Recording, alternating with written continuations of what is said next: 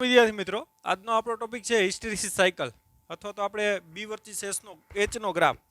બી એટલે પરિણામી ચુંબકીય ક્ષેત્ર, જે સોલોનોઇડની અંદર આપણે ચુંબકીય પદાર્થનો અભ્યાસ કરવો છે અને આપણે સોલોનોઇડમાં મૂક્યો હતો. આગળના લેક્ચરમાં આપણે જોયું હતું. અને એચની સાથે બીનો કેવો સંબંધ છે એનો આપણે ગ્રાફ ડ્રો કરીશું. તો કાં તો એમ તમે કહી શકો હિસ્ટેરિસિસ સાયકલ અથવા તો બી વર્સિસ એચનો ગ્રાફ સમજાવો. તો પહેલાં તો આગળના લેક્ચરમાં જે વસ્તુ છે એ વસ્તુ આપણે પહેલાં તો રિપીટ કરીએ. આપણે સોલોનોઇડ લીધો. આ સોલોનોઇડના આ આટા છે, એમાંથી પસાર થતો પ્રવાહ આઈ છે. એકમ લંબાઈ દીઠ આટાની સંખ્યા n છે. એટલે આપણે ખબર છે કે ચુંબકીય તીવ્રતા h બરાબર શું થાય, ni. અને જે પદાર્થનો આપણે અભ્યાસ કરવો છે, દાખલા કે લોખંડના ટુકડાનો અભ્યાસ કરવો, તો લોખંડનો ટુકડો આપણે અંદર મૂકી દઈએ.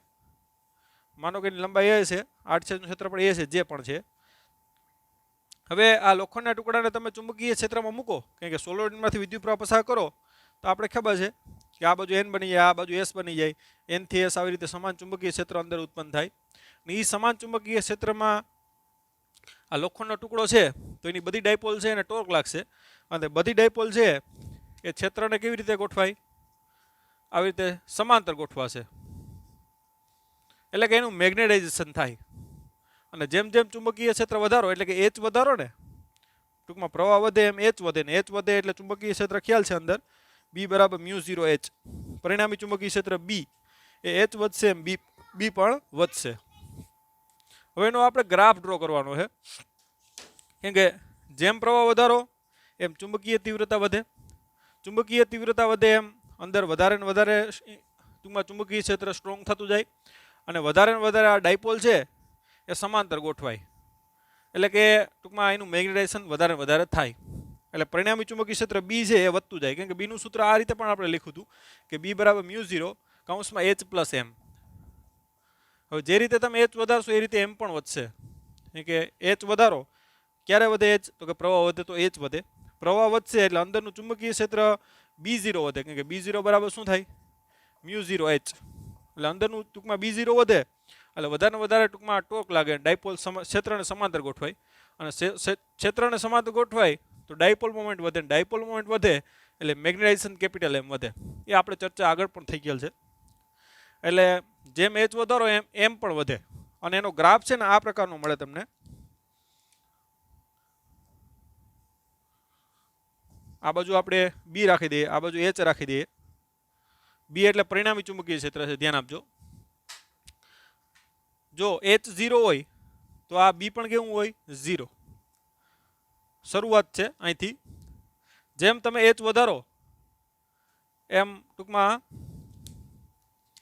B પણ શું થતું જાય, આ રીતે વધતું જાય વધતું જાય. કેમ કે વધારે વધારે ડાયપોલ સમાંતર ગોઠવાય. એટલે ટૂંકમાં h વધારો એટલે m વધે, m વધે એટલે શું વધે, B વધે. અને B છે એ વધતું જાય આ રીતે. એક કન્ડિશન એવી આવે, પહેલા ટૂંકમાં પ્રવાહ વધારો 50% ડાયપોલ સમાંતર ગોઠવાય, પછી 70% ગોઠવાય, પછી 90% ગોઠવાય, પછી 100% ગોઠવાય.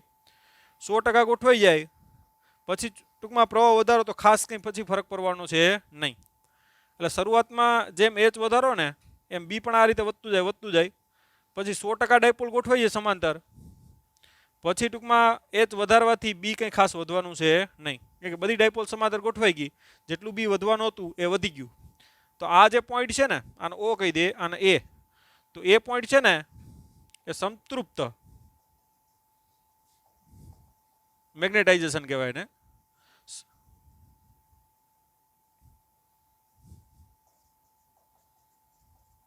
સંતૃપ્ત મેગ્નેટાઇઝેશન. સંતૃપ્ત એટલે કે એનાથી પછી આગળ ટૂંકમાં એમ વધવાનું છે નહીં. કે 100% ડાયપોલ કેવી ગોઠવાઈ ગઈ, સમાંતર. ઓકે. હવે તમે દાખલા કે h ને 0 કરી નાખો. h ને 0 કરવું એટલે શું, તો કે પ્રવાહ અહીંથી પસાર ના કરો. ચુંબકીય તીવ્રતા h 0 કરો. તો h ને 0 કરો ને તો ચુંબકીય ક્ષેત્ર જે છે એ 0 થતું નથી, પણ આ રીતના ટૂંકમાં એનું ડાઉન થઈને અહીંયા એટલું મળે છે તમને. આ O, આ O A, આ B કહી દો. અહીંયા જો h બરાબર 0 છે આ પોઈન્ટ આગળ, ત્યારે B કેવું છે, નોટ ઇક્વલ ટુ 0 એમ. એટલે આ જે પોઈન્ટ છે ને એને આપણે રિટેન્ટિવિટી કહેશું. આનો મતલબ શું થાય કે સોલેનોઇડમાંથી પ્રવાહ પસાર કર્યો પડતો ટૂંકમાં બંધ કરી દો તો પણ આ સળિયો છે ને એ ચુંબક તરીકે વર્તે છે. ખ્યાલ આવ્યો? કેમ કે પ્રવાહ પસાર કર્યો બધી ડાયપોલ સમાંતર ગોઠવાઈ ગઈ, પ્રવાહ પસાર બંધ કરી દો તો બધી ડાયપોલ પાછી અસ્તવ્યસ્ત ગોઠવાય નહીં. સળિયો ટૂંકમાં પોતાનું ચુંબક તત્વ શું રાખે, જાળવી રાખે છે. અને એ જાળવી રાખે એટલે જ આ જે બીનું મૂલ્ય આવે છે ને એને આપણે શું કહેશું? રિટેન્ટિવિટી. ટૂંકમાં H બરાબર 0 માટે જે બીનું મૂલ્ય આવે છે ને એને જ આ પદાર્થની શું કહેવાય? રિટેન્ટિવિટી એમ. ટૂંકમાં પદાર્થ ટૂંકમાં સોલેનોઇડમાંથી પ્રવાહ બંધ કરી દીધો તો પણ આ પોતે સળિયો છે ચુંબક તરીકે વર્તે છે અને ચુંબકીય ક્ષેત્રનું મૂલ્ય આટલું તમને મળે છે. તો ટૂંકમાં પૂરેપૂરો ડિમેગ્નેટાઇઝ થયો નથી. ટૂંકમાં મેગ્નેટાઇઝેશન હજી છે. બધી ડાયપોલ ટૂંકમાં અહીંયા 100% ડાયપોલ સમાંતર ગોઠવાઈ ગઈ હતી. પછી જો સેજ ચુંબકીય ક્ષેત્ર ઘટ્યું છે એટલે અમુક 80% જેટલી ડાયપોલ હજી પણ કેવી છે? સમાંતર એમ. ટૂંકમાં એ સમાંતર જ રહેવાની છે એમ. ટૂંકમાં એ આટલું ચુંબકીય ક્ષેત્ર ટૂંકમાં સોલેનોઇડમાંથી પ્રવાહ પસાર બંધ કરી દો તો પણ આટલું ચુંબકીય ક્ષેત્ર એનું રહેવાનું છે.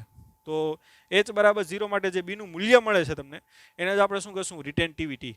બરાબર. હવે આપણે શું કરશું કે સોલેનોઇડમાંથી વિરુદ્ધ દિશામાં પ્રવાહ પસાર કરશું. તો વિરુદ્ધ દિશામાંથી પ્રવાહ પસાર કરો તો આ ડાયપોલ છે એ આ બાજુ સમાંતર ગોઠવાય અને એ બાજુ સમાંતર ગોઠવાય તો ટૂંકમાં અહીંયા માઇનસ આવશે એમ. બેયનું ચુંબકીય ક્ષેત્ર પરસ્પર કેવું થાય? વિરુદ્ધ દિશામાં થાય એમ. તો માઇનસ આવે તો ટૂંકમાં આનું ચુંબકીય ક્ષેત્ર અને આનું ચુંબકીય ક્ષેત્ર પરસ્પર કેવા થાય? વિરુદ્ધ થાય. એટલે ચુંબકીય ક્ષેત્ર શું થતું જાય? ઘટતું જાય એમ. અને એ વિરુદ્ધ દિશામાં એક H નું મૂલ્ય એવું આવશે જ્યારે B કેવું થઈ જાય? 0 થઈ જાય. ધ્યાન આપજો, આ H નું મૂલ્ય વિરુદ્ધ દિશામાં છે, આ H નું મૂલ્ય આ દિશામાં છે. એ આસપાસ 90 એમ્પિયર પર મીટર આવે છે, અહીંયા 100 છે. તો H ના આ મૂલ્ય માટે B કેવું થઈ જાય? 0. એનો મતલબ કે સળિયો છે એ પૂરેપૂરો કેવો થઈ ગયો? ડિમેગ્નેટાઇઝ થઈ ગયો એમ. ખ્યાલ આવ્યો તમને? તો એના માટે ટૂંકમાં B 0 થઈ જાય. તો એ H ના જે મૂલ્ય છે ને એ એના માટે એનું નામ છે કોર્સિવિટી. ટૂંકમાં B ને 0 કરવા માટે જે H નું તમને મૂલ્ય મળે છે એ H ના મૂલ્યને આપણે શું કહીશું? કોર્સિવિટી એમ. કે ત્યારે આ તમે સળિયો છે એ પૂરેપૂરો કેવો થઈ જાય? ડિમેગ્નેટાઇઝ. કેમ કે અંદરનું ચુંબકીય ક્ષેત્ર કેવું થઈ જાય? 0 થઈ જાય. હવે તમે વિરુદ્ધ દિશામાં પ્રવાહ પસાર કરો, બરાબર, તો વધારે હજી ડાયપોલ કેવી ગોઠવાય? સમાંતર ગોઠવાય. અને વિરુદ્ધ દિશામાં ટૂંકમાં એનું સંતૃપ્ત મેગ્નેટાઇઝેશન થાય. આ બાજુ થયું એ પ્રકારે આ બાજુ થાય એમ. અને એ અહીંયા મળશે. અને આ એપ્રોક્સિમેટલી 1.5 ટેસ્લા મળે. અને આ કોર્સિવિટી મળે એ ટૂંકમાં 1.2 ટેસ્લાની આસપાસ મળે છે. બરાબર. તો વિરુદ્ધ દિશામાં આ રીતે શું થાય છે? સંતૃપ્ત મેગ્નેટાઇઝેશન થાય. બધી ડાયપોલ ટૂંકમાં હવે આ બાજુ સમાંતર ગોઠવાય. ખ્યાલ આવ્યો? અને 100% આ બાજુ ગોઠવાઈ જાય. તો આ બાજુ તમને શું મળે? સંતૃપ્ત મેગ્નેટાઇઝેશન. પાછું તમે જો H ને 0 કરી નાખો એટલે પ્રવાહ પસાર કરવાનું બંધ કરી નાખો તો ટૂંકમાં અંદર કંઈ ચુંબકીય ક્ષેત્ર 0 બનતું નથી. જે રીતે આ બાજુ રિટેન્ટિવિટી મળે છે એ રીતે આ બાજુ પણ શું મળે છે? રિટેન્ટિવિટી મળે છે. ટૂંકમાં અહીંયા H બરાબર 0 છે એના માટે બિન કેવું છે? Not equal to 0. તો આ બાજુ પણ શું મળે તમને? આ રિટેન્ટિવિટી મળે એ પ્રમાણે આ બાજુ પણ રિટેન્ટિવિટી મળે. પાછું તમે H વધારતા જાઓ તો પાછું તમારું શું વધતું જાય? B પણ વધતું જાય. અને H ના મૂલ્ય માટે B કેવું થઈ જાય? 0 થઈ જાય. બરાબર. એટલે પાછો સળિયો કેવો થઈ જાય? ડિમેગ્નેટાઇઝ એમ. ચુંબકીય ક્ષેત્ર અંદરનું કેવું થઈ જાય? પૂરેપૂરું નષ્ટ થઈ જાય એમ. એટલે પાછું હતું એ દિશામાં શું થવા માંડે? વધવા માંડે. અને આ રીતના એક સાયકલ મળે જે પોતાનો ટૂંકમાં આગળનો ઇતિહાસ છે ને એ રિપીટ ન કરે. તો આ સાયકલને જ આપણે શું કહીશું? Hysteresis cycle. હવે તમે અહીંયા જો કે અહીંયા H નું મૂલ્ય છે ને આટલું, ટૂંકમાં હાલો આટલું મૂલ્ય, એના માટે B ના 2 મૂલ્ય મળે છે. એક આટલું મૂલ્ય હોય અને આટલું મૂલ્ય હોય. તો એ કેના ઉપરથી ખબર પડે? તો કે હિસ્ટેરિસિસ સાયકલના ઇતિહાસ ઉપરથી ખબર પડે. ખ્યાલ આવ્યો? કે ભાઈ આ H નું મૂલ્ય આટલું છે તો B ના 2 મૂલ્ય મળે છે. B નું મૂલ્ય આટલું પણ હોઈ શકે અને આટલું પણ હોઈ શકે. જો તમે પહેલી કન્ડિશનમાં જોવ તો આટલું મળે અને પાછા અહીંથી ફરીને આવ્યા હોય તો આટલું મળે. તો આગળનો ઇતિહાસ શું છે ને એના ઉપરથી ટૂંકમાં તમને એચના મૂલ્ય માટે બીનું મૂલ્ય કેટલું છે એ કહી શકો. માટે આવી જે સાયકલ છે એને શું કહેશું આપણે? Hysteresis cycle. બરાબર. અને આ જે ટૂંકમાં સાયકલનો જે આ જે ક્ષેત્રફળ આવે છે એ ક્ષેત્રફળ ટૂંકમાં જે થાય એટલી ઉષ્મા સ્વરૂપે ઉર્જા શું થાય? વ્યય થાય.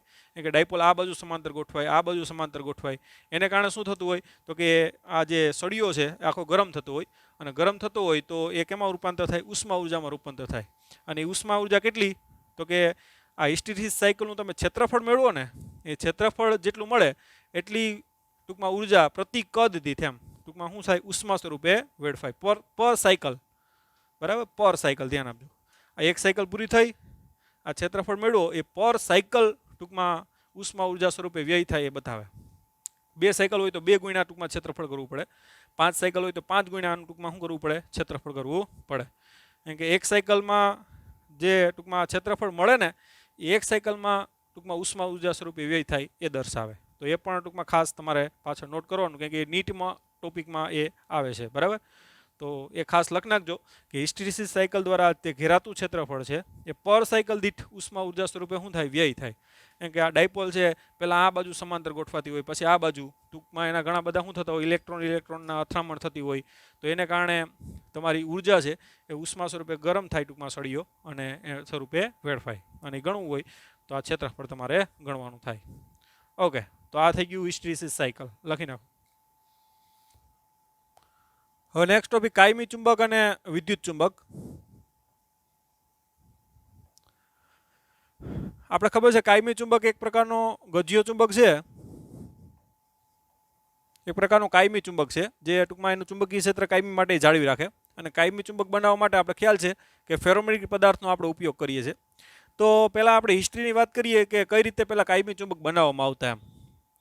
તો Fe, Ni અને CO, લોખંડ, નિકલ અને કોબાલ્ટ, આ ત્રણેય ધાતુનું યોગ્ય રીતે ટૂંકમાં મિશ્રણ કરી, આ ઉપરાંત ગેન્ડોલિયમ પણ વપરાય છે.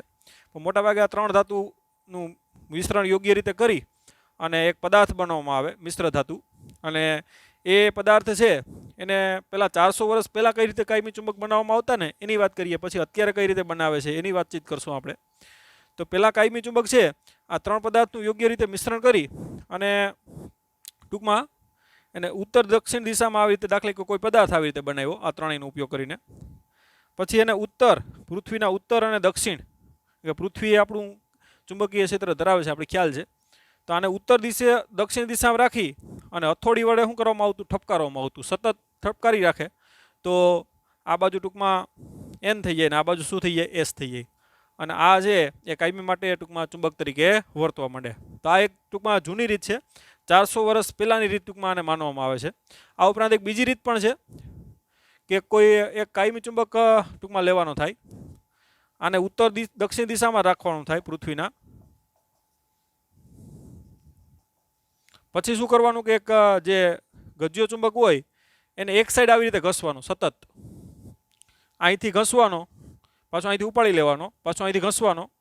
ટૂંકમાં આ રીતે આમ નહીં, અહીંથી મૂકી અને ઘસી અને પાછા અહીં ઉપાડી લેવાનો, પાછો અહીંથી મૂકવાનો, પાછો અહીંથી, ટૂંકમાં એક જ દિશામાં વારંવાર આમ ઘસવાથી અહીંથી આમ ઘસી પાછી લઈ લેવાનો, પાછો ઘસવાનો. ટૂંકમાં સળિયાને, આ દાખલા કે સળિયો છે ને ઉત્તર દક્ષિણ દિશામાં રાખી અને આ ગજિયા ચુંબક દ્વારા એને ટૂંકમાં સતત આવી રીતે એક જ દિશામાં જો ઘસવામાં આવે તો પણ આ જે પદાર્થ છે એ કોના તરીકે વર્તે? કાયમી ચુંબક તરીકે વર્તે. ટૂંકમાં આ જૂની રીતો છે જેનો ઉપયોગ કરી અને ટૂંકમાં કાયમી ચુંબકો પહેલાં બનાવવામાં આવતા. પણ હાલ જે છે એ આ રીતનો કોઈ ઉપયોગ કરવામાં નથી આવતો. અત્યારની જે રીત છે એની આપણે વાતચીત કરીએ તો જેને પણ આપણે કાયમી ચુંબક બનાવવો છે એનો ટુકડો છે એને સોલેનોઇડમાં, એટલે કે વિદ્યુત ચુંબક એક પ્રકારનું શું છે? સોલેનોઇડ છે. સોલેનોઇડ એક પ્રકારનો વિદ્યુત ચુંબક છે અને આ સોલેનોઇડમાં એકદમ તીવ્ર ચુંબકીય ક્ષેત્ર પેદા કરવામાં આવે. અને આ તીવ્ર ચુંબકીય ક્ષેત્રમાં આપણે જેને પણ આપણે ટૂંકમાં કાયમી ચુંબક બનાવવો છે એને આ રીતે મૂકવામાં આવે. અને એની બધી ડાયપોલ છે આપણે ખ્યાલ છે કે ક્ષેત્રને કેવી ગોઠવાય? સમાંતર ગોઠવાય. અને પાછો એ સળિયાને તમારે બહાર કાઢી નાખો તો એની ડાયપોલ પાછી અસ્તવ્યસ્ત ગોઠવાશે નહીં, અને ડાયપોલ છે એક જ દિશામાં ગોઠવાઈ રહેશે એમ. અને આ જે સળિયો છે એ કોના તરીકે વધશે પછી? કાયમી ચુંબક તરીકે. તો અત્યારે હાલમાં જે ટૂંકમાં કાયમી ચુંબક બનાવવામાં આવે છે એ કેવી રીતે? તો કે પદાર્થને આપણે તીવ્ર એકદમ ઊંચા પ્રબળ ચુંબકીય ક્ષેત્રમાં મૂકી દેવાનો થાય, અને સળિયો છે અથવા તો જે પદાર્થ છે એ ચુંબક તરીકે વર્તવા માંડે, અને એને બહાર કાઢો તો પણ એ ચુંબકીય ક્ષેત્ર એનું નષ્ટ થશે નહીં. તો હાલ અત્યારે આ પ્રકારે કાયમી ચુંબકો બનાવવામાં આવે છે. તો આ થઈ ગયું કાયમી ચુંબક. અને વિદ્યુત ચુંબક એટલે સોલેનોઇડ છે, ટોરોઇડ છે, એક પ્રકારના કેવા ચુંબકો છે? વિદ્યુત ચુંબકો છે, બરાબર, કે જેમાં ટૂંકમાં પ્રવાહ પસાર કરો તો એ ચુંબકીય ક્ષેત્ર તરીકે વર્તે, ચુંબક તરીકે વર્તે. જેવો પ્રવાહ બંધ કરી દો તો ચુંબકીય ક્ષેત્ર એનું શું થઈ જાય? નષ્ટ થઈ જાય. તો એના માટે શું કરવાનું થાય? કે દાખલા કે આ સોલેનોઇડ છે,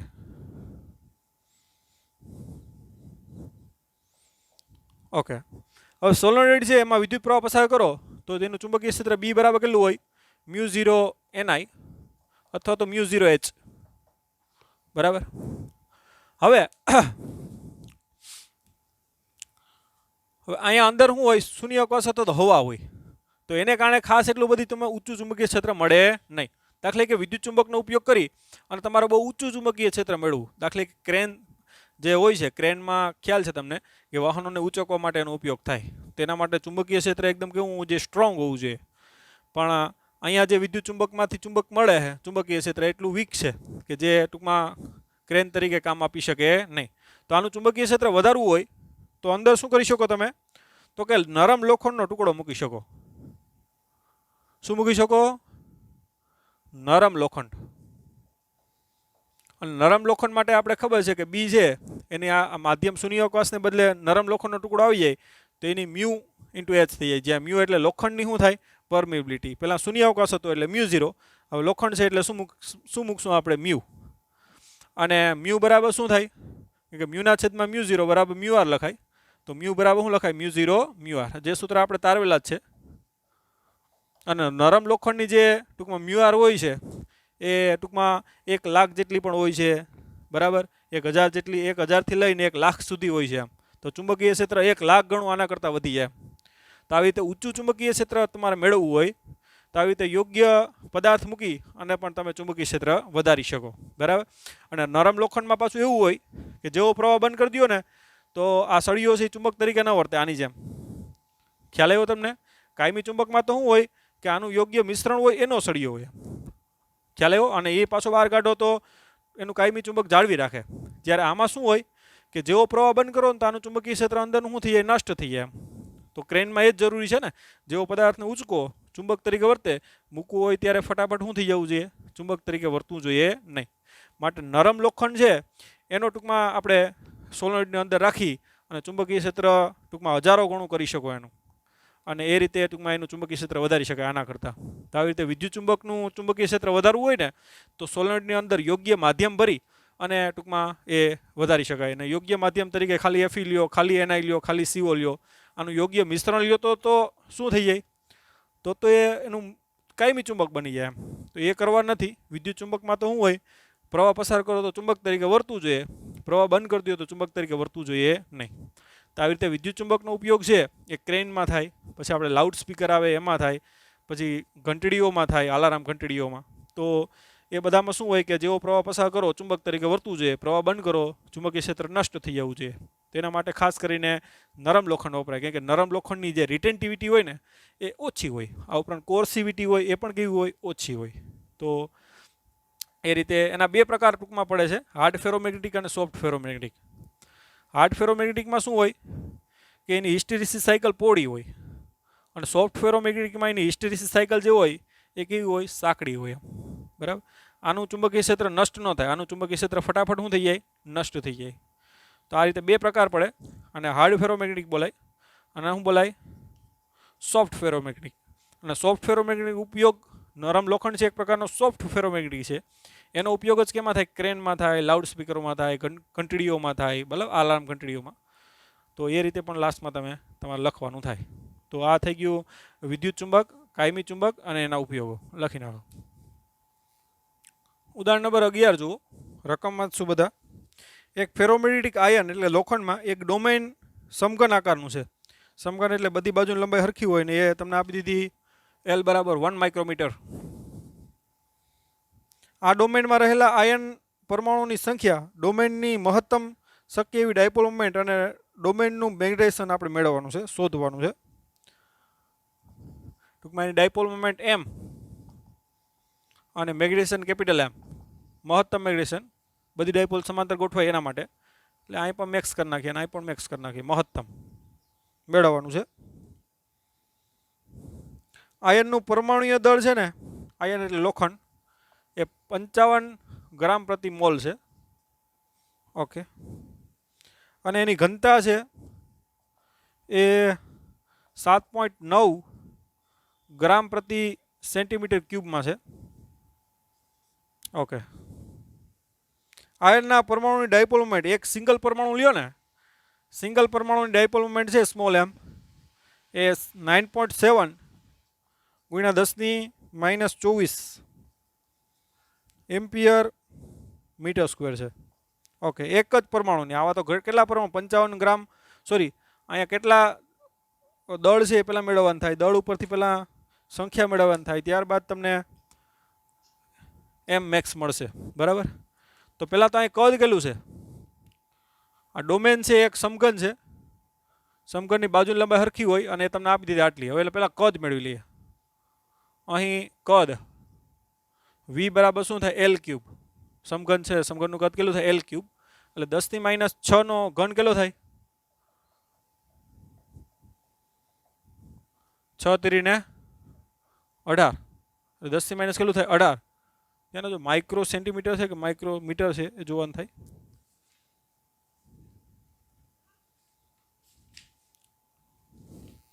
માઇક્રોમીટર જ છે. ઓકે, નો પ્રોબ્લેમ. ઓકે. તો 10⁻, કેટલો આવશે, 18 મીટર ક્યુબ. આ થઈ ગયું ડોમેનનું કદ. હવે આપણે ડોમેનનું દળ મેળવી લઈએ. ઘનતા ટૂંકમાં અહીંયા તમને આપી દીધી. તો ઘનતા બરાબર શું થાય, દળના છેદમાં કદ. માટે દળ બરાબર શું થાય, ρV. અને ρ એટલે અહીંયા ઘનતા તમને આપી દીધી ગ્રામ પ્રતિ સેન્ટીમીટર ક્યુબમાં છે, આપણે એને કેજી પ્રતિ મીટર ક્યુબમાં ફેરવી નાખીએ. 10⁻3 છેદમાં 10⁻2 નો ઘન, 10⁻6 એટલે 7.9 ગુણ્યા 10 ની કેટલી આવશે, ઉપર આવે તો +3, કે -3, ઉપર આવે તો +3 કેજી પર મીટર ક્યુબ. ઓકે. તો 7.9 × 10⁻³ ઇન્ટુ આ V એટલે કેટલું છે, 10⁻18. એટલે 7.9 ગુણ્યા 10 ની કેટલો આવશે, -15. આ કેજીમાં આવશે, ધ્યાન આપજો. આટલું ટૂંકમાં દળ આવ્યું. હવે આપણે શું કરશું કે આટલા દળમાં ટૂંકમાં Feના પરમાણુની સંખ્યા કેટલી એમ. તો આપણે અહીંયા ટૂંકમાં આપી દીધું એનું પરમાણુ દળ કે ભાઈ 55 ગ્રામ હોય, 55 ગ્રામ, ગ્રામ એટલે શું થાય, 10⁻³ કેજી. આટલામાં કેટલા હોય, 1 મોલ હોય. 55 ગ્રામ લ્યો તમે Fe, તો એમાં કેટલા હોય Feના પરમાણુની સંખ્યા, 6.022 ગુણ્યા 10⁻23 જેટલી હોય. પણ આપણી પાસે તો અહીં કેટલું દળ છે, 7.9 ગુણ્યા 10⁻15. આટલા કેજી ટૂંકમાં આપણી પાસે Fe હોય તો એમાં પરમાણુ સંખ્યા કેટલી Feના, તો Feના પરમાણુ સંખ્યા n આવી જાય. અને n બરાબર કેટલા થાય, તો કે 7.9 ગુણ્યા 10⁻15 ગુણ્યા 6.022 ગુણ્યા 10⁻23 અને છેદમાં શું થાય, 55 ગુણ્યા 10⁻3. તો 10⁻3 એટલે અહીંયા શું થઈ, 10⁻12 અને Feના પરમાણુની સંખ્યા મળશે. તે આવશે 7.9 ઇન્ટુ 6.022 ભાગ્યા કેટલા આવશે, 55. એટલે 0.86 ગુણ્યા 10 ની કેટલી આવશે, -12 ને +23 એટલે કેટલા આવશે, 8 ને 3 11. એટલે n ની સંખ્યા કેટલી આવશે, તો કે 8.6 ગુણ્યા 10⁻10. આટલા ટૂંકમાં Feના પરમાણુ હશે. હવે એક પરમાણુની તમને ડાયપોલ આપી દીધી. જો આ જે ડાયપોલ આપી, એક પરમાણુને આપી. આટલા પરમાણુ ડાયપોલ કેટલી થાય, તો કે ચુંબકીય ડાયપોલ મોમેન્ટ મહત્તમ m મેક્સ કહી દો, બરાબર શું થાય, nm. જે n એટલે ટોટલ સંખ્યા અને m એટલે એકની ડાયપોલ મોમેન્ટ. તો ટૂંકમાં કુલ તમને મેળવવાની કીધી તો બેનો ગુણાકાર જ કરવાનો છે. 8.6 ગુણ્યા 10 ની 10 ગુણ્યા 1 ની કેટલી છે ડાયપોલ આ મૂકી દઈએ 9.7 ગુણ્યા 10 ની માઇનસ 24 એટલે 8.6 ગુણ્યા 9.7 તે આવશે 83.42 ગુણ્યા 10 ની કેટલી આવશે -14 એટલે 8.34 ગુણ્યા 10 ની માઇનસ કેટલી આવશે 13 એમ્પિયર મીટર સ્ક્વેર. આ કુલ ડાયપોલ મોમેન્ટ આવી ગઈ એમ મેક્સ. હવે તમને મેગ્નેટાઇઝેશન મેળવવાનું કીધું કેપિટલ એમ. તો આપણે ખબર છે મેગ્નેટાઇઝેશનનું સૂત્ર એમ મેક્સ બરાબર શું થાય સ્મોલ એમ મેક્સ ના છેદમાં વી. એકમ કદ દીઠ જે કુલ ડાયપોલ મોમેન્ટ છે એને જ આપણે શું કહીએ તો કે એકમ કદ દીઠ ડાયપોલ મોમેન્ટ એને શું કહીએ આપણે મેગ્નેટાઇઝેશન. તો મેગ્નેટાઇઝેશન એટલે કુલ ડાયપોલ મોમેન્ટ ના છેદમાં કુલ કદ. કુલ ડાયપોલ તારી 8.34 ગુણ્યા 10 માઇનસ 13 ના છેદમાં કદ કેટલું છે 10 માઇનસ 18 એટલે 8.34 ગુણ્યા 10 ની ઉપર આવે તો +18 એટલે કેટલી આવશે +5. એનો એકમ શું થાય એમ્પિયર અપોન મીટર. તો આ રીતે ટૂંકમાં મહત્તમ મેગ્નેટાઇઝેશન તમે મેળવી શકો.